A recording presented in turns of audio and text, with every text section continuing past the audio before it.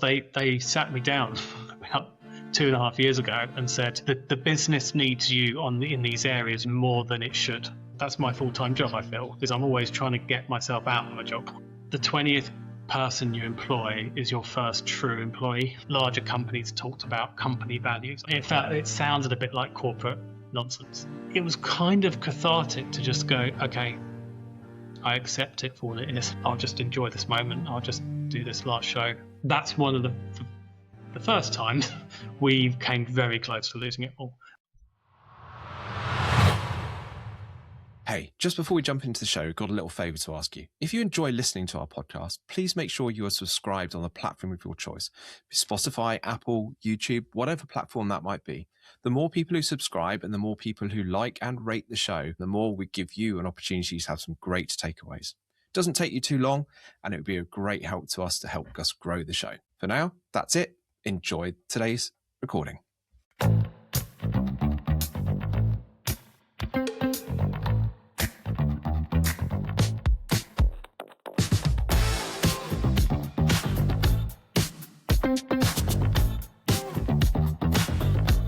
Good morning, Sam. Thank you very much for joining us on the Business Takeaway podcast. Would you like to give the listeners a bit of a background to who you are and what you do? Yeah. Well, thank you very much for having me. My name is Sam Tamplin. I'm Managing Director of TSL, which is a lighting and rigging rental company in the UK. We operate across different markets, fashion, corporate, touring, theatre, sports events, government events. We tend to partner with line designers and production managers to provide equipment, crew, trucking, project management, pulling it all together. And if anyone wants like one small piece of equipment just for a week or all the way up to a multi-truck arena show, we can kind of put it all together. And yeah, that's what I've been spending the last 20 years doing. Well, that leads me nicely onto my next question. 20 years, it's most businesses don't get to 20 years in the same format. What do you think you've done differently with TSL to get there over that period of time? I think one of our unique, well, not necessarily unique selling points, but the fact that we have consistently done the same thing over time, and not got distracted into either other services. We haven't got involved in sound or video or even production management overall. We've kept doing the same thing, and kind of been quite clear about that. When I very first started, I was trying to get work generally in the industry, and I got given an opportunity to do some backlining because I'm a drummer. Failed drummer, like, failed musician. Most people in our industry are in some way. And that gave me some great exposure to just being around a show, how a festival works and all these things. So it was useful, but in the end I started realizing I could probably get another gig out of this, but I do want to do lighting. So I had to be quite clear going at one point, saying that I really appreciate the offer of work, but I want to be the guy doing the lights for the band, not saying the drum kit. And it kind of from there, when people have asked us, well, could you sort out the sound? Or could you sort out the video? Or could you just look after the whole job for us?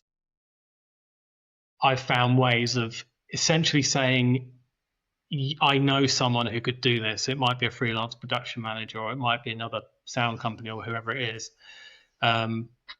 And then you start to build that reciprocal work between other partner companies. So I think that's one of the key reasons maybe that TSL's been able to be successful over time. I think also I've been really clear about our economic flywheel. I read Jeff Bezos was really clear about the flywheel model for Amazon.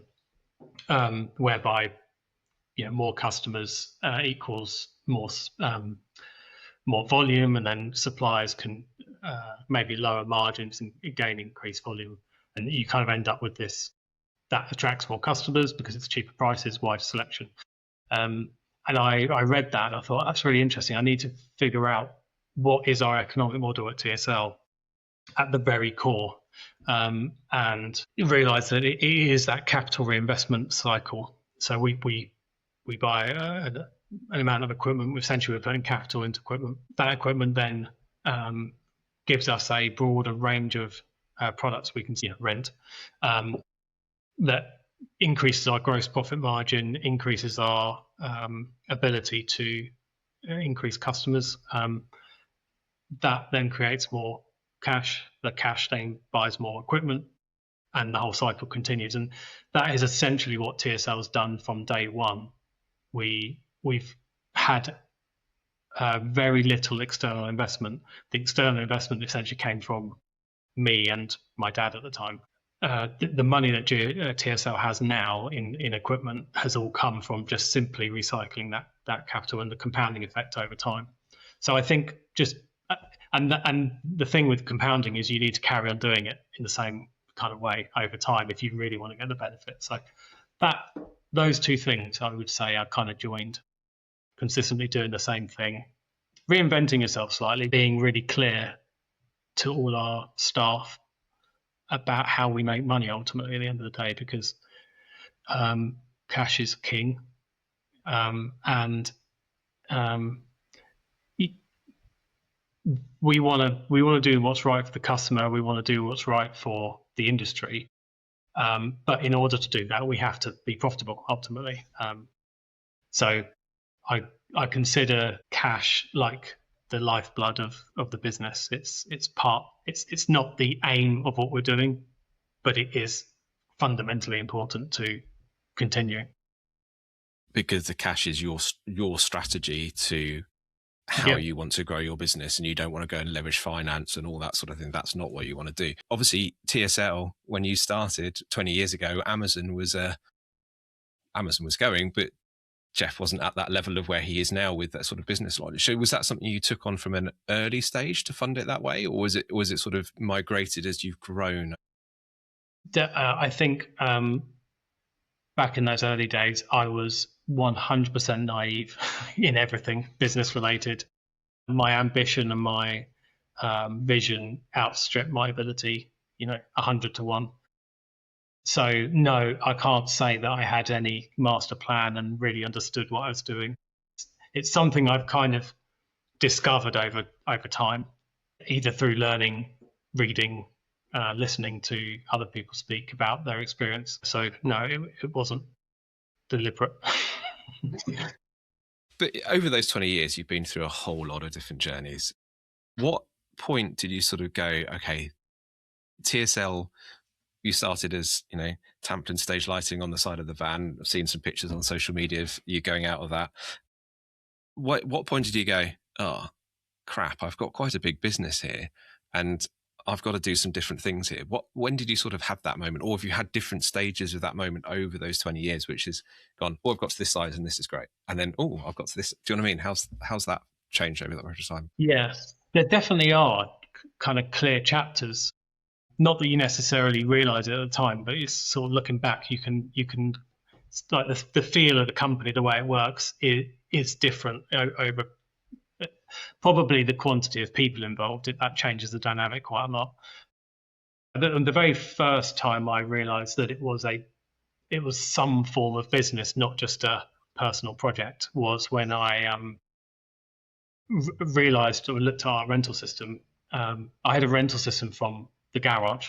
I was kind of very much systems focused. I even had in my mind departmentalization for the garage, even though it was only me prepping. So when we did have our first unit, and I had 2 members of staff, I realized there was a job on the system with a client I'd never heard of. They had rented something.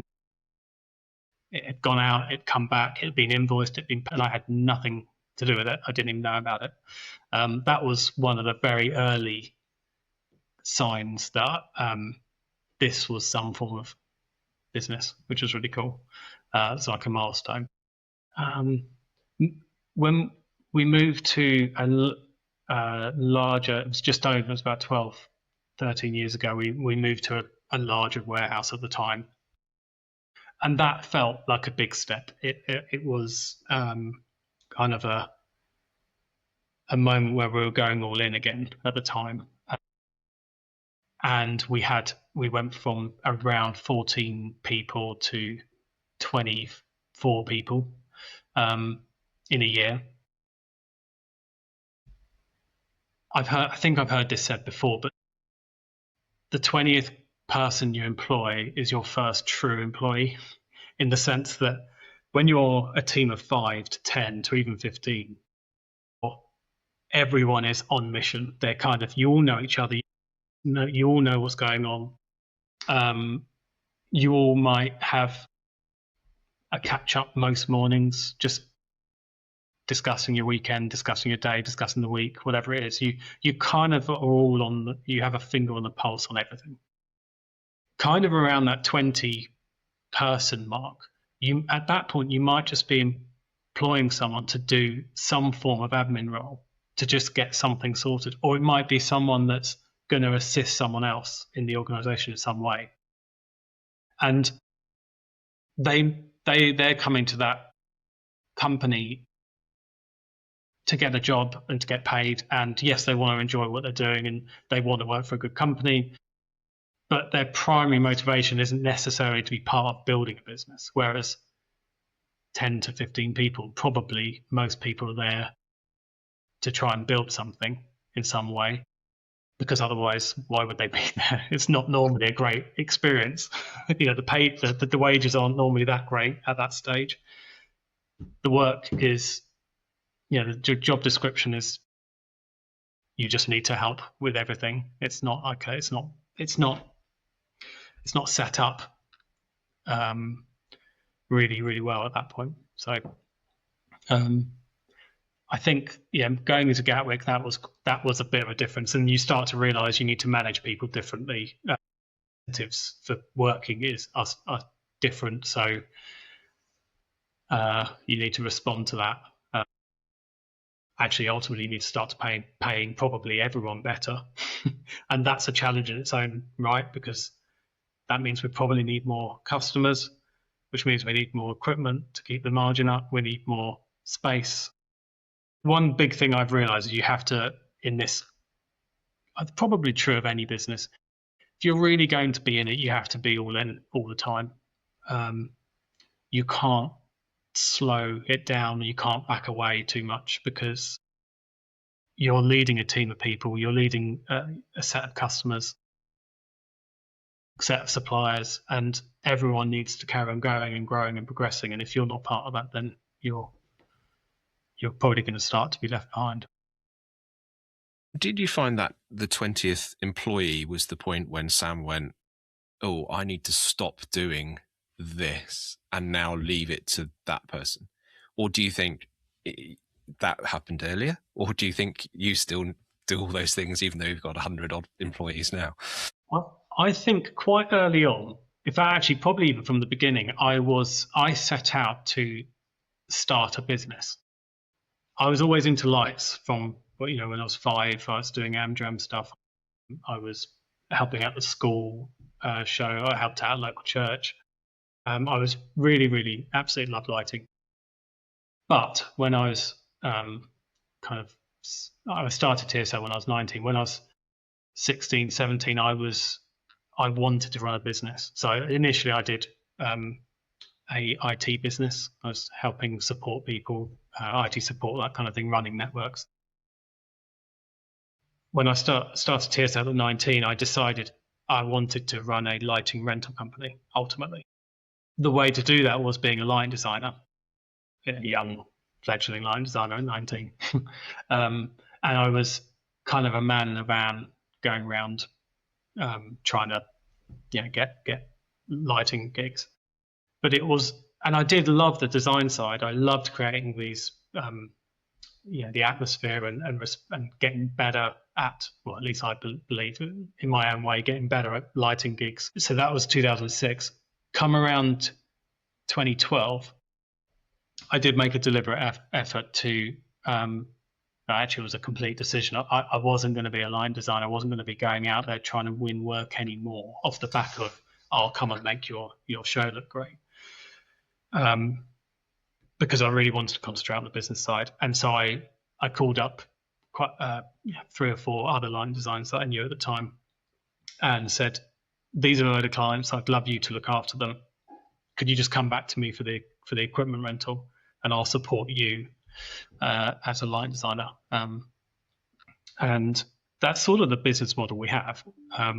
So a partnership with everyone we work with.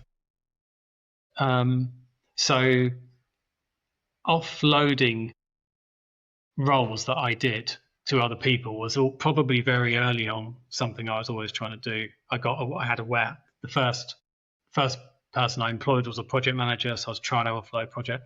Third person I employed was a warehouse manager. So even when there's only 3 of us, I've got a warehouse manager, I've got a project manager. I'm trying to get the sort of front end and the back end offloaded onto other people. Obviously, at that point you're fully engaged with everything anyway.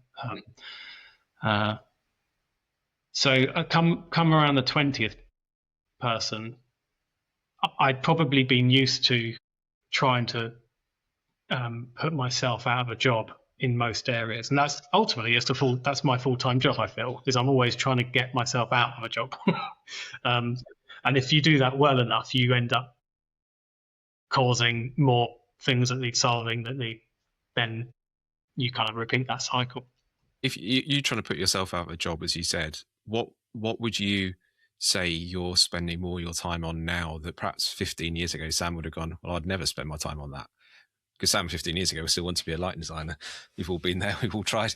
But do you, we found it perhaps didn't work. But do you sort of go now, God, I would have never seen myself spending time on this that you are now doing? I think, honestly, I wouldn't have expected TSL to get to the size it has got to, and the position it is in. So whilst I may have wanted it to get to this point, that was probably more in the wildest dreams category. The things I spend my time on now, which is more higher level strategy, it's and that covers capital allocation, it covers sales strategy, people strategy. That's the sort of stuff I always wanted to do and was doing, but probably only 3% of the time back then. Now that's probably more like 70% of the time. And how much do you know of the jobs that is actually going out now? Because you said you knew that the first one was like, oh God, I didn't know about that.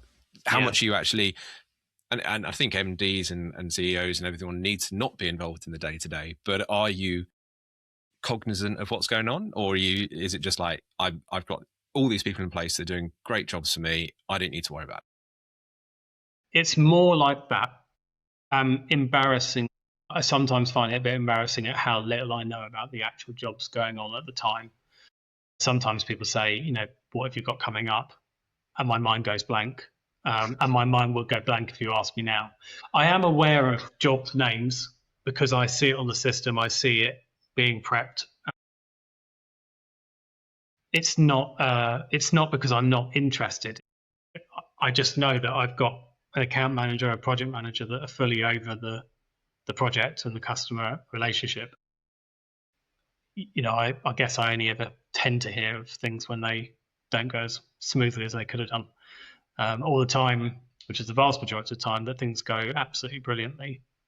In some way, I just don't need to know about it. One of those great ironies of running a business, or even being a manager generally, I think, is all the slightly easier decisions or all the good things you tend not to hear about as much. Your job is to manage the downside, all the things that have gone wrong. At my level now is about 95-ish of us. So I really do get a wonderfully filtered kind of all the really bad stuff that no one has been able to make a full decision on. There's a colleague I have at work who we joke the only time we talk to each other is when it's got to our level of mess that we need to sort it out. And I think it's everything runs smoothly for you, then nobody's going to tell you that it's, oh, we've delivered 15 jobs without a single problem today, Sam. Nobody's Yeah, going to tell you yeah, that. It's going to be, this one was late, expect a phone call. We need you to step in, sort of that thing. You've obviously scaled the business, but you set the business up from it sounds like from a very early stage to scale. Obviously, you said it might not have got to the scale you thought it was going. What do you think? Do you have things you go, if I'm so glad I put that system in or that thing in place 15 years ago, which has allowed that scale? Are there specific things you've done that you've felt which might have been early into the world going, as you said, you had a prep system set up for just you in your garage. Do you feel that allowed you to grow further than it would have done if you hadn't done things like that? Definitely, yeah. I think there's some practical things like the rental software, barcodes, fundamental things that we do now, we were doing when we probably didn't need to, but they have meant that we've scaled without really any friction on when it comes to those practical things. I could send kit lists to people in the warehouse. I could be working at night, I could be working remotely, and they would know what they need to do. When customers wanted to rent 10 pieces of equipment over a period of time in the future, it was just, you just put it in the system, and then everyone in the company knew. Again, even if it was just 2 or 3 of us at the time, that grows to 10 people, that grows to 100 people, actually the same way. Our rental system is a form of communication, so it's become the center of everything we do. It's the source of truth. So that's helpful. I also think really good accounting system being the way you use it, not just the software itself. I've always been quite interested in understanding accounts, understanding finance, understanding best practice, credit control, managing risk. That's very important, because that's if you can get that right when it's just one of you and you're just dealing directly with customers. When it comes up to 20, 40, 50 people and they're onboarding customers, we have a credit check process, we have a credit process, and sometimes that's not really very natural. Most people want to say yes. They know you know them. Come on, of course we'll pay. Especially in our world where we have a lot of freelance production managers, they might be coming to us and saying, I'm working for this customer or this supplier now. We've got this project. We'd love to. I've worked with you loads. I'd want to work with you on this one. Who are we billing? is a big question. Who are we actually billing? Because that person we're actually billing, we may have never dealt with before, and we need to understand. Well, maybe we need to deposit up front. What's their credit like? Very rarely do we have any issues, but our cash flow and our risk has to be managed. And I think that's a big thing that we put in early that has helped us maintain positive cash flow. We're able to pay suppliers on time. We have a good reputation for that. Freelancers, we try and pay ahead of time, 14 to 20 days instead of 30. These things build really good goodwill towards the company and reflect our kind of core values of integrity and wanting to do the right thing. And putting that financial piece together is key to going back to what you said about the flywheel and how you fund your business. If you that must have tied together, and that's a sort of integral things working together, right? Yeah, exactly. You've talked very much about delegating and handing things over. Is there something you now look back at 20 years on and go, oh, I held on to trying to do that for too long, or I should have got somebody involved earlier, or forgetting the light design career that you was, or being a drummer, as you've alluded to. Yeah, I should have stayed being a drummer for longer. No, something that happened in the last couple of years actually that we took on an FD, finance director, and as we were just talking, I was very involved in the finances and the management of that for the whole period. And it was actually something I really enjoyed and something I thought I was good at. And I was good at it to a point. And I became aware, we had a consultant in to just kind of do a review, and that they were like one of these fractional FD people, where they come and maybe do a couple of days a month for you and just help advise and maybe even put some better practice in. And I saw real value actually working with them, and they highlighted a few things that we should maybe think differently about. But as I thought about it more, I thought, do you know what? Actually, if I had a full-time FD, this could probably save 20% of my time, and I would become more aware that part of my role wasn't being done as fully as it could or should be done as we're getting bigger. It's getting to a point where there is such volume of cash flow going through. We're at the time looking to expand. There's a lot to plan for this, a lot to keep more control as the company is getting bigger. We've got a really good level of management, and those kind of senior managers of the business, they need more reporting back to them. They need more accountability. There's lots of financial processes that need to scale to the next level. So I ended up finding, kind of by chance, a guy called Mark Wilson, who had worked at a similar company before. Again, it was really good fortune for both of us. He lives near me as well, so we ended up meeting for coffee. We had like a 2-hour conversation about how you value a rental business. And we went really geeky into the different ways, whether it's EBITDA multiplier or net profit multiplier or finger in the air multiplier. Yeah. Where does the balance sheet fit? All the different things, and he's got lots of experience in that as well. So anyway, we hit it off. He started with us, formed part of our board of directors. So it's me and 3 others now, including him. And he's just been a fantastic input to the whole business and really released a huge amount of time from me. And that was a bit of a wake-up call for me. I thought, do you know what? I could have done this earlier, but I hadn't seen it because it wasn't actually a problem, and I did enjoy it, and I thought I was good at it. So that was one of those lessons of, like I said earlier, I'm always trying to do myself out of a job. I realized that actually there were gaps in my vision. I was like, no, actually, I wasn't doing that for this part of the job. I kind of was holding on to that because I kind of liked it. And so having had him involved, even Dom and Loz, my other 2 directors, the whole business has benefited, and it's made a real difference. And that's partly the role, and that's partly the person as well. I found the right person, which is a big deal.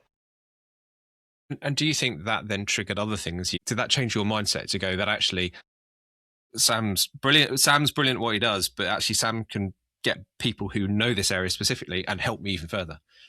And it changed that mindset. I had, with Dom and Loz, the other directors, they had really done still do a fantastic job of looking after the sales, the front end. When I say sales, rental sales, customer account management team, they're kind of all over that, and they've done a better job than I could have ever done at that. So, but then I was looking after the back end, or primarily concerning myself with back end, so operations, IT, finance. It was actually Dom and Loz. They sat me down about 2.5 years ago and said, to summarize, essentially, the business needs you in these areas more than it should. Thinking about that, trying to make myself redundant. I think I got trapped slightly coming out of COVID.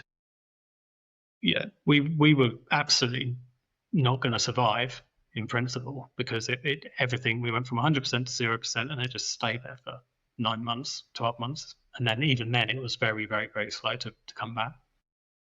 So when we did survive, I went into kind of that classic kind of founder mode of beasting the operation I didn't want to grow sales too much. We went into 22, which was a crazy year.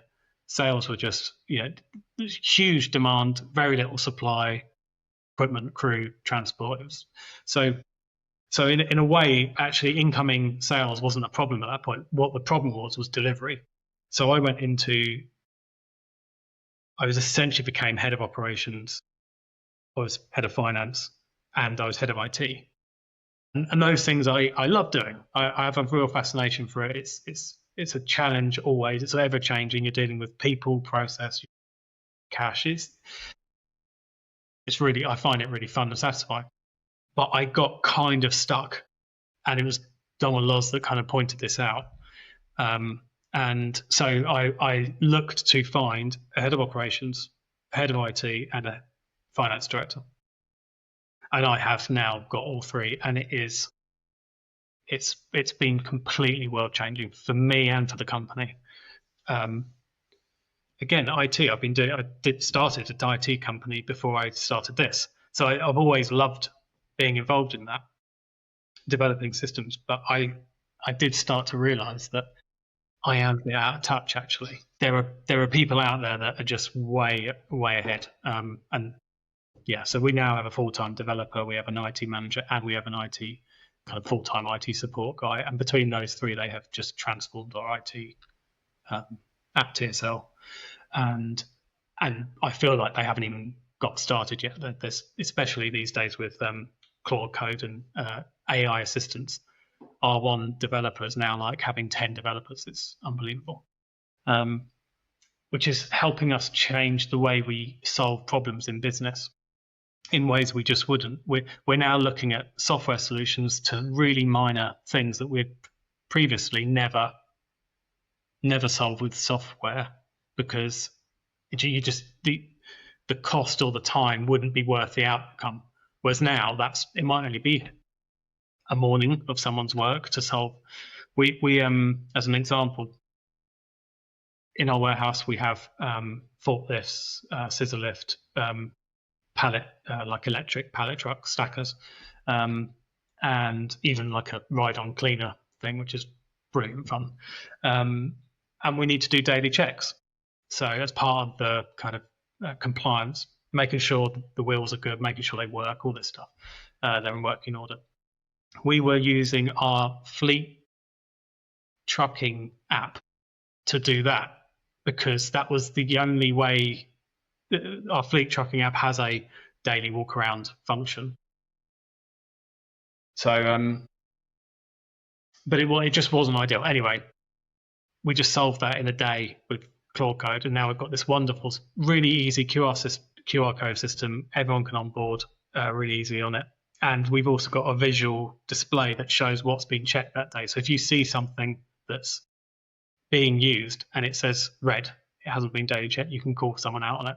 So we've got visibility. So that's a long-winded way of saying IT. Head of operations has been amazing. I found, again, finding the right people is 90% of this, as well as 10% being deciding to get the role filled by someone else. I was very fortunate. Again, fortunate timing. Someone became available, that guy called Matt, who was just at the right time of his career, his experience, to really take on a head of operations role. And he's just been, just chalk and cheese in terms of how the operation operates from a people point of view, and from that next level up. We couldn't have done what we've done in the last 2 years without those three key people and those three key roles. And you've answered my next question that I was going to ask about growth and people. You're now 20 years in, you're nearly 100 staff area. How does Sam go about recruiting it, and how much do you get involved in it? Because you talked about that move from up to the 20th person. You probably know them. Now it's, we've hired 4 other staff. Oh, okay, fine. How does that feel for you? Because that must be. We talked off air about this being my baby. It's my baby I'm looking after. But how do you also make sure you get the right people in to fill the right jobs in the right holes at the same time? I've learnt that you have to have the key managers have to be good. They have to be good at recruiting themselves, because they are the people making those decisions. And if you have a manager that is struggling, they are most likely going to employ people that may not be the right fit, that may not understand exactly what's expected of them, and you end up breeding maybe even a whole department that starts to underperform. And I've seen it time and time again how a manager, and this again I've learned this in the last 2 years even more, getting the right manager to manage a team is the most important thing I have to worry about now. And even if that's someone's being managed by another manager, we have department managers, we have a Wales manager, a head of operations, for instance. There's multi-levels. But I make sure that I am aware of, are managers performing? Are they not? Are they struggling? Is this something we can do to help them? Or is it just they're in the right person in the wrong seat? Is it maybe they're the wrong person in the wrong seat? Or whatever it is. That's why getting the key people at the very top right. You get the right person in the right position who knows how to recruit and manage people. It then trickles down with the same thing, because they're expecting better, they're expecting more, they're expecting a higher standard. And if they're not getting that and they're not able to help someone improve, then they almost become policing. They're not going to carry on allowing that to continue themselves. So you have to start at the top and then you have to work down. And that's what we've done over the last 2 years. And do you think culture-wise, that's, again, you sort of get your managers on board with the culture? The culture is set by you at the top, and Dom and Loz, and I know all you three guys who understand how you sort of go about things. But is that how you've helped grow the business as well, by having that culture of the managers, the right culture in the managers, who then puts that into that team? Definitely, yeah. As you're looking to employ even more so based on character at that point, and making sure that the person's character aligns with your values. And I used to think that when larger companies talked about company values, I used to think it sounded a bit bullshit, to be honest. In fact, it sounded a bit like corporate nonsense. People putting these are our values and writing those values on the wall. However, again, this is the naivety of someone running a smaller company. As TSL has got bigger, I realised, no, this is actually, your values aren't necessarily assumed. I kind of assume they were assumed. A value like integrity, you have to actually be very proactive at enforcing that. And this comes down to the small things. So if someone's prepping a piece of equipment and they know they should be cleaning this one section of it, and they just, one day they're really busy and they're not doing it. And then that becomes part of, I didn't do it last time, it's not really a problem this time. It's never become a problem. And then all of a sudden it does become a problem. That's sort of an element of slight lack of integrity. You were asked to do this and you haven't been doing it. If you are clear about this is actually a core value of ours and we're going to hold you to account, does this behavior match up to that? It doesn't really feel like it does. So maybe you should reconsider how you're approaching that. And that actually could be quite a nice conversation to have to people, because it's not necessarily you're not being harsh or disciplinarian with people. You're actually trying to encourage them to meet a higher standard, and you can kind of communicate those higher level abstracted values much easier than you can try and document how you exactly want everything to be done. If you just say, well, is it the right thing to do? That's actually easier to communicate. And it means that everyone has to interpret, well, I don't know, you need to tell me. Well, no, actually, you need to think about it. This is kind of an interesting dynamic. Was there a point when, again, as you talked about bringing a head of operations, head of IT, etc. as people? Was there a point when you went, actually, we as a company need to develop, without sounding corporate, the mission statement, the value statement, things like that? Was there a point when you went, actually, we've got so many employees, we can't teach every employee that they need to do it the TSL way? And you went, this is a point I need to do it. At what point did you sort of reach for that? It is probably in the last 2 years. It's because of I don't actually know. We've probably gone from 70 people to 90 people. And again, that feels like another stage where this sort of thing comes in place. We now have a mini campaign about our values. So if you go and walk around our building, the display screens in the canteen or elsewhere, they'll have a slide that talks about our values, and it will give a bit of an explanation. In our internal newsletter, we might pick one value and talk about it in that. So we're trying to communicate that as a mini campaign internally. I would say that the vast majority of getting that across has been down to the management, and getting the management and the people right first, and then seeing that populate down. What do you think's harder, if you think back over this as Sam? What's been harder, starting the business from scratch, or has it been growing the business? That is a very good question. I wouldn't want to start it again, but I don't. Honestly, I think it is equally hard. I think it is just a very, very, very different challenge. The challenges I have now are just completely different to what they were to begin with. The beginning challenges were just simply getting work in. That was the main challenge, and then having the equipment for it and having the time to do it all. But now that's still a challenge. We have to be really careful about our revenue, making sure it's coming in, making sure we're growing revenue. Again, we don't want to grow just for the purposes of growth, for growth's sake. But we know that in order to do a better job, we need to have more profit. And in order to have more profit, you have to have more customers, which means you need more equipment. It's, again, that flywheel that powers your being able to do things better, ultimately. You last year, and you might correct me, it was last year when you did the move to the new facilities. Yes, it was. And you did the rebrand at the same time.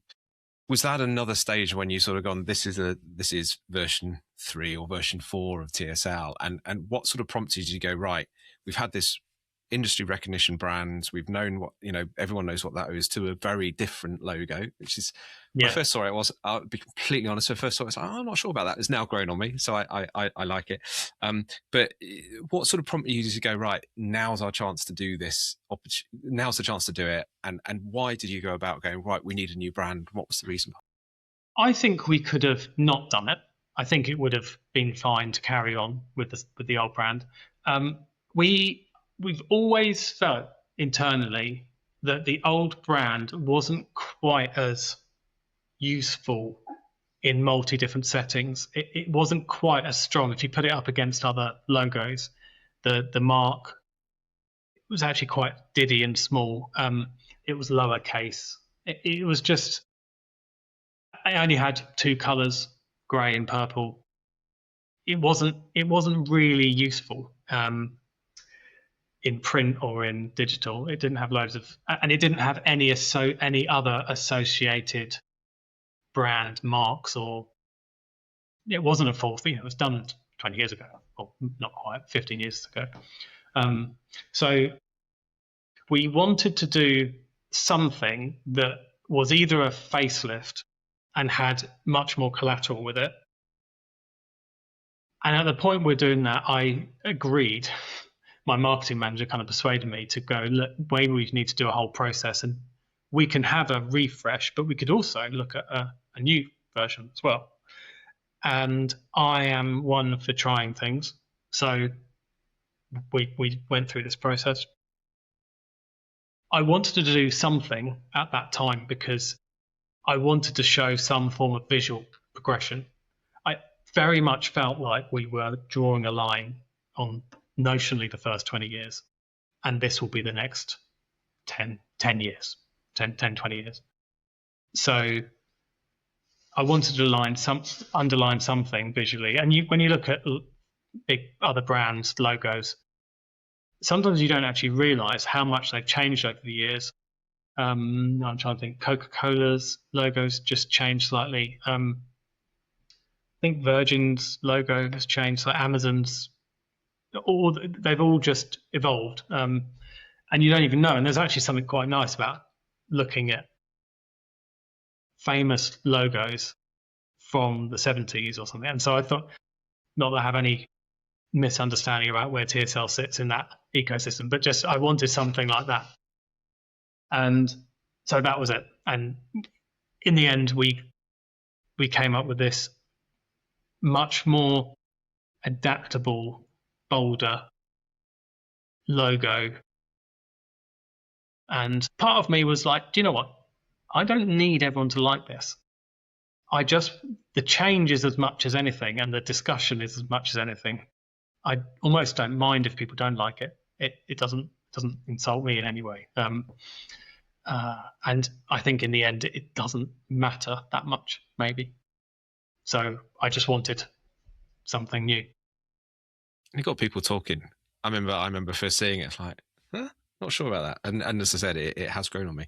You've grown a lot over the last 20 years, right? You've been through we talked about the growth. You've moved from a small man and van to a 80,000 square foot warehouse, 100 staff. Are there points you've turned around and gone, hang on, we just need to stop. We need to stop growing. We need to solidify here and not do anything for the year. And we just need to do this. And what's prompted you to have that thinking? Because you're ambitious and you've grown and grown and grown, and it must be hard to sort of pull that back. Definitely. Two key times. One is now. The first major time was coming out of COVID, and the year 22, where we had this massive influx of work. I basically spent 22, 23, 24, and most of 25 concentrating on the very inward focused, making sure the business can deliver to the standards we want and scale for the future. I didn't want to get too far ahead of ourselves. And a big part of that was financially, I wanted to, and something I learned out of COVID was we do use debt. We use asset finance debt mainly to finance our equipment we buy. It's a really useful tool. However, it does only work when the business is, actively trading. Now, it's unlikely that we're going to go through a COVID-2 event, but my attitude to risk did change.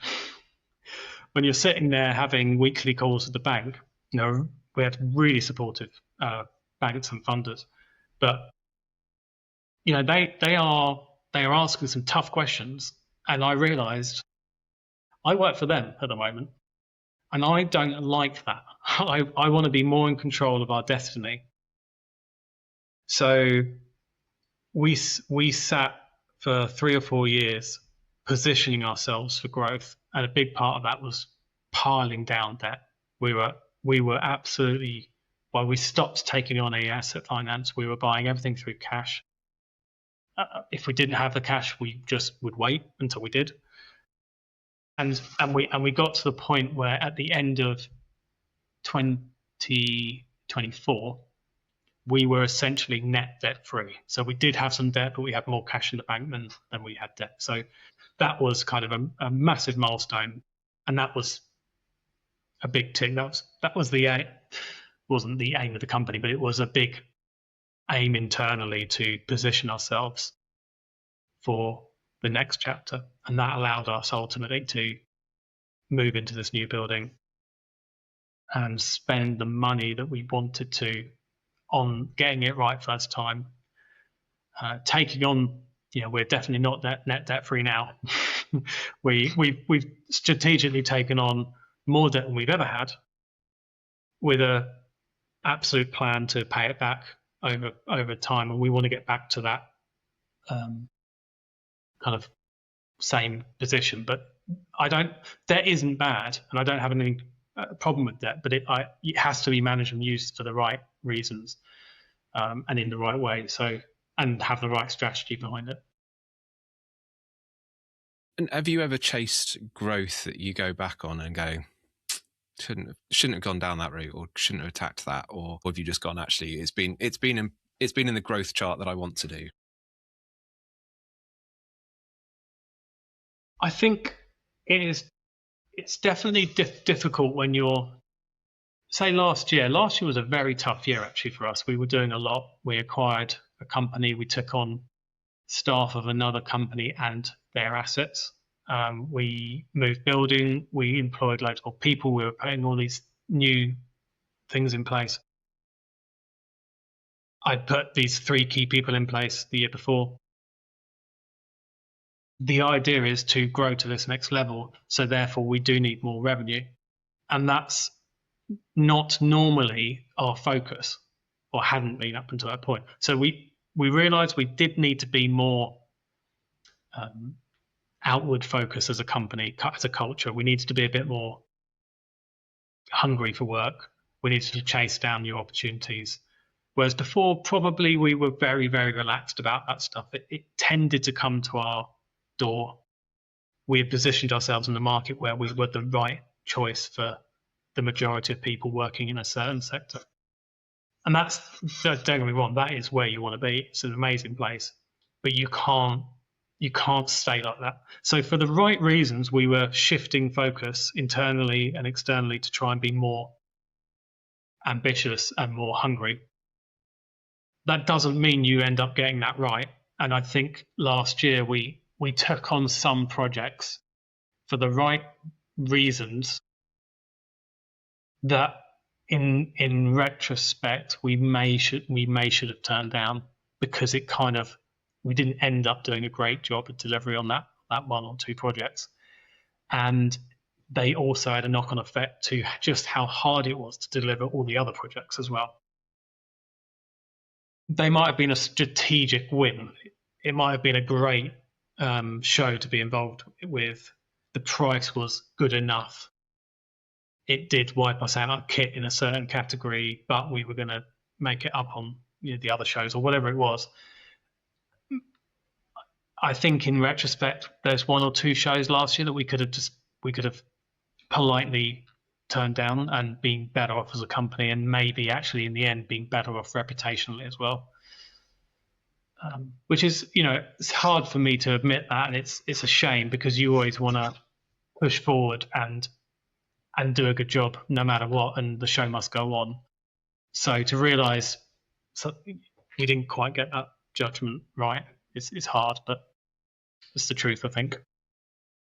And have you sort of debriefed that with the team to sort of go, okay, we learned from this. This is why these are the red flags. Is that stuff you've sort of worked through with the team and gone through? Yeah, definitely, across both operations and projects. I think we were always inclined to be that way, but I think it's that slight shift in focus.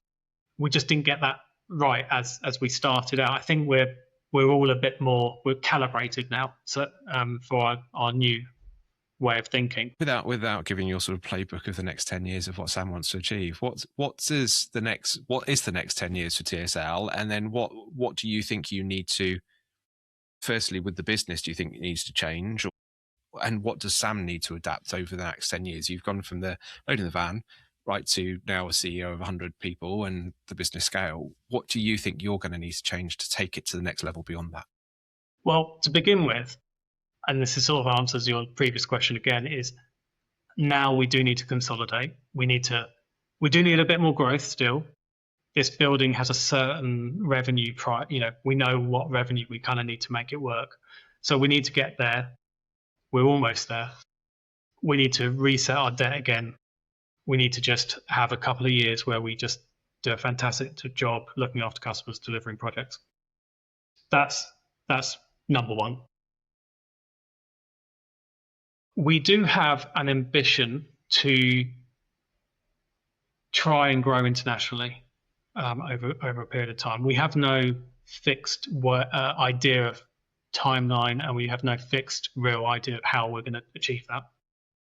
We are already partnering with a company in Barcelona, so we have equipment down there. We're about to send more equipment.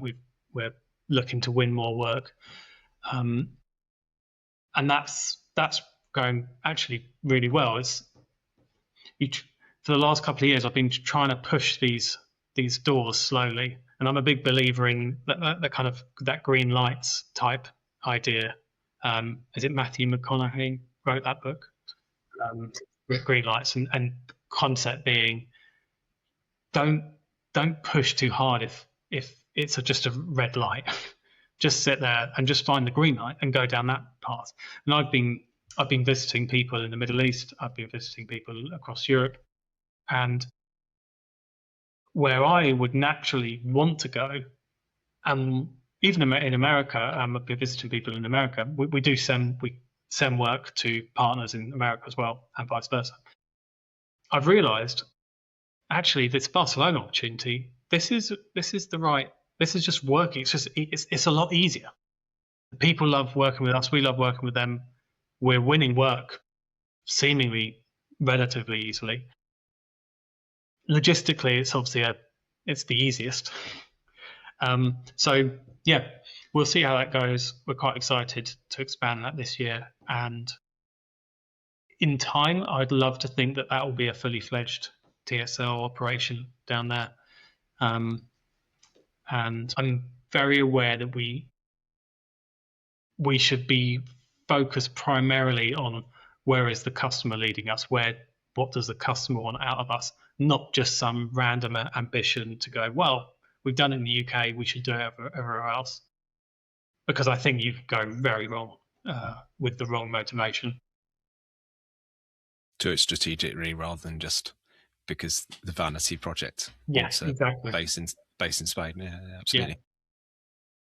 If you were to start TSL again today, you sort of said you probably wouldn't, but if you were to start CSL again, would there things you now look back on and go, I would have done that differently, I'd have gone about this differently? Or are you actually, metaphorically listening here going, we've got 99% of this right?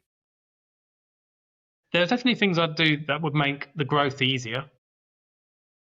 Things like I would concentrate more on getting our onboarding process much more cleaner, smoother. I'd do that from a very early period. I would health and safety documentation and process and culture I would have done earlier.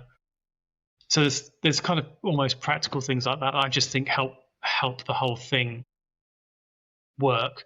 When you're 15, 20 people, it kind of doesn't matter as much because you're talking to them anyway. The onboarding is natural.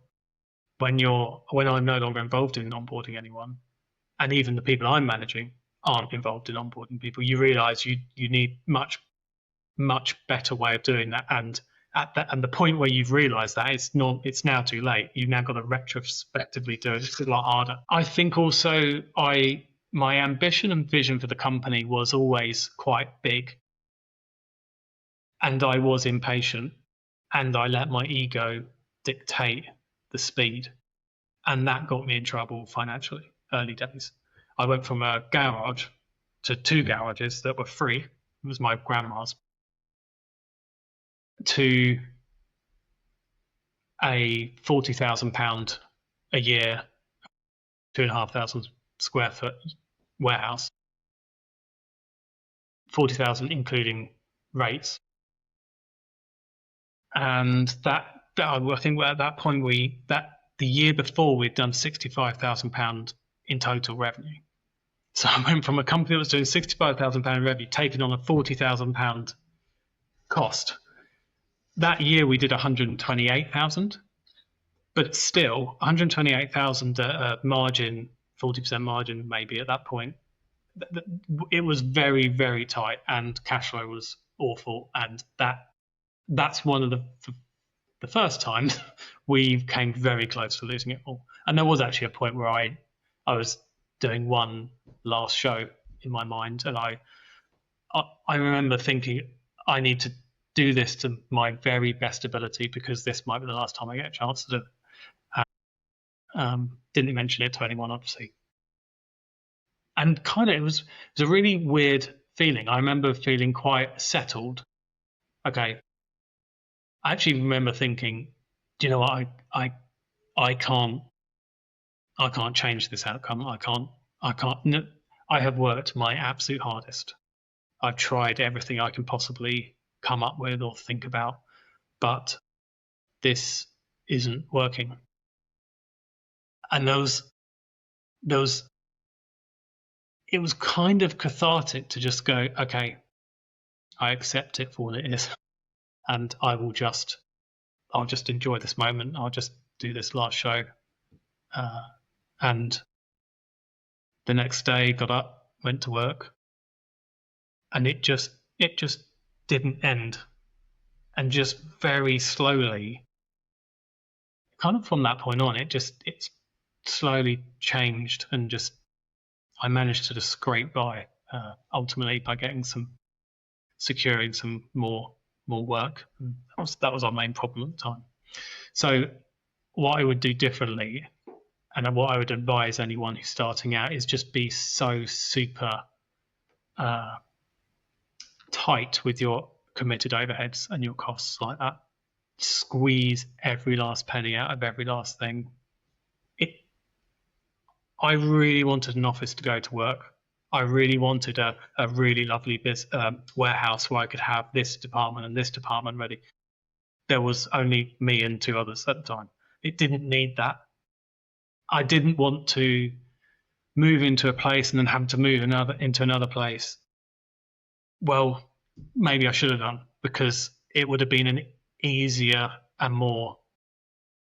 I would have increased the likelihood of success and survival, and made it a lot easier for myself. What's keeping Sam up at night at this moment in time? We're recording this at the time when world security and stability isn't the greatest, shall we say?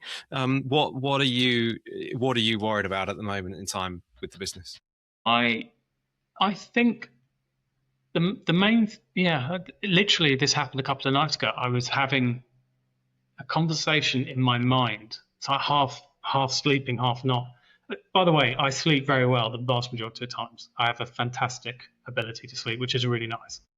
Occasionally my brain downloads stuff and I have to write it down. And I've learned over the years that if it's one of those nights, just don't fight it. I don't get up. I do carry on trying to sleep, but I just allow it to. I don't get too stressed about it. I just write anything that's coming down. I email myself notes, whatever it is, and then I review them the next day, and 50% of them I can just discard. The other 50% are actually can be really useful. Recently, it's about communicating and setting the tone with the staff and the teams across projects and operations. Again, I've been talking about onboarding. I've been talking about the changing culture. There's still a lot of that to do to improve on. It's not bad. It's actually pretty good, but there's loads we could do that's better. We don't have. I don't want to do us a disservice, but we don't have really great career progression plans. That doesn't mean that we don't have naturally career progression internally, and we have apprenticeships that get employed at the end of it. We have trainee site technicians that become full production technicians. We have people that join the warehouse and then they become a senior tech. They might move departments, and we even have had people that go from a senior tech to a team leader, and then from a team leader to a head of department. So we do have natural progression, but what we don't have, and what we could do better, is a really structured map that gives people on day one, if you come work for us, you could choose this route, this route, or this route, or you could change at any point. In order to achieve this, you would need to achieve this set of capabilities, um, skills, attitudes, characteristics. I would like to be really clear about the type of characteristics we expect, not just a hard skill. So all the soft skills as well. And I know I'm preaching to the choir whenever we talk about this within a management team. So there's no resistance. It's just a case of we're really busy. We've grown a lot. This is just one more thing that we know we need to get a bit better at. So that's the sort of thing that keeps me up at night. And kind of linked with that is the training as well.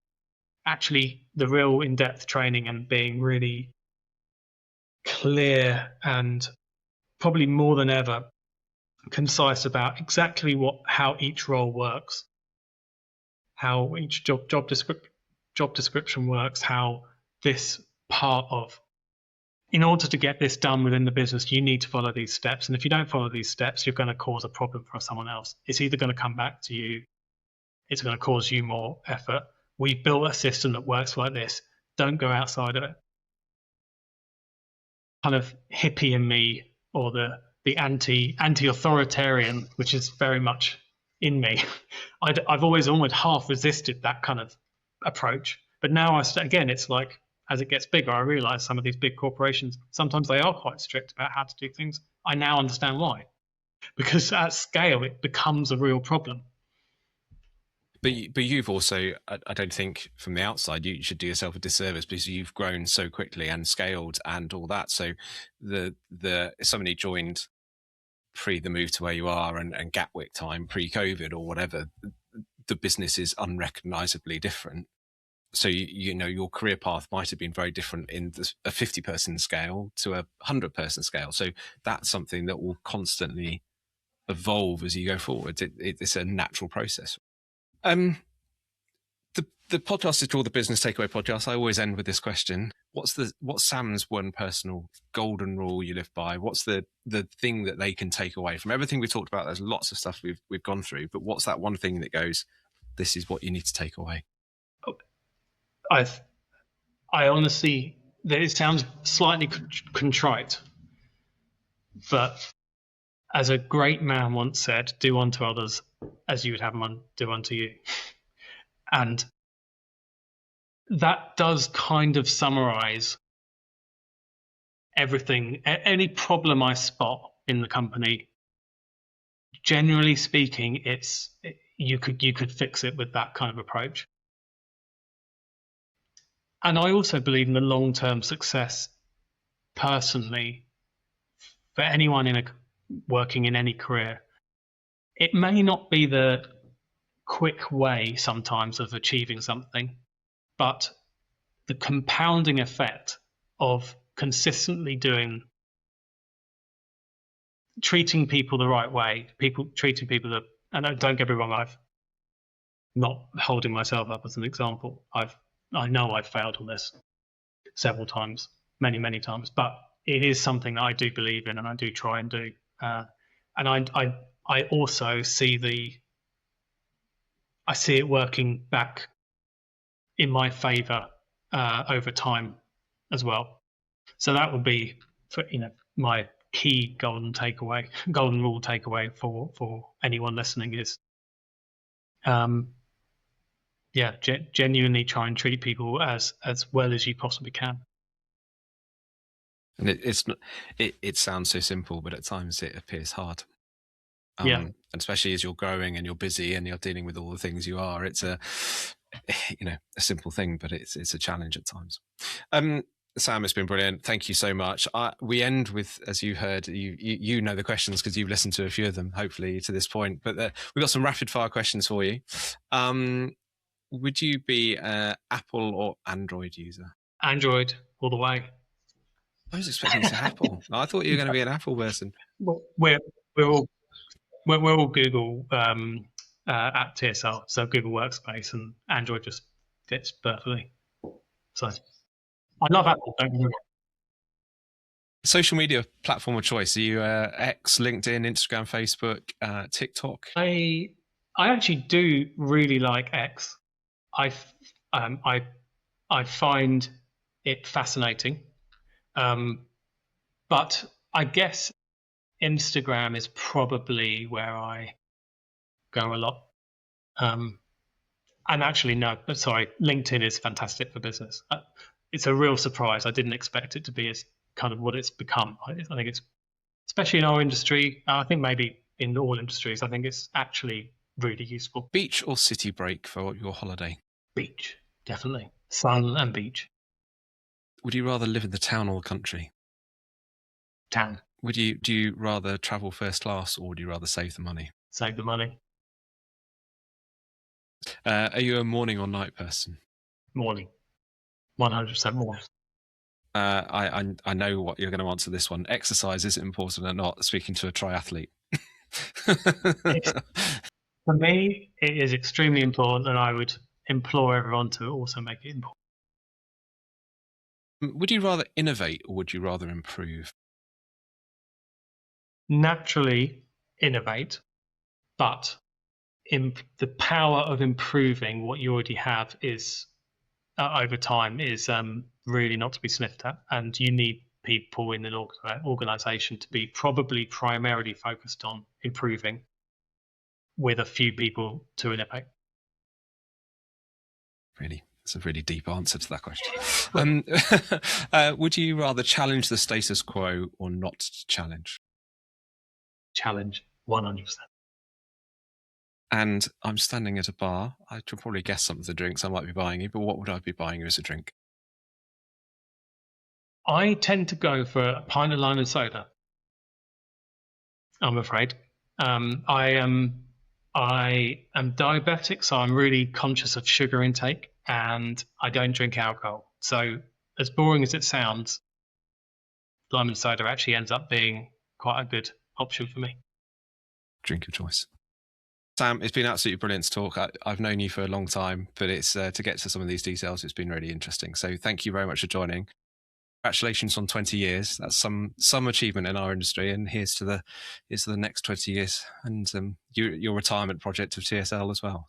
Yes, yeah. Congratulations, and thank you very much for your time. Yeah, thank you very much. I really appreciate you asking me to be part of it.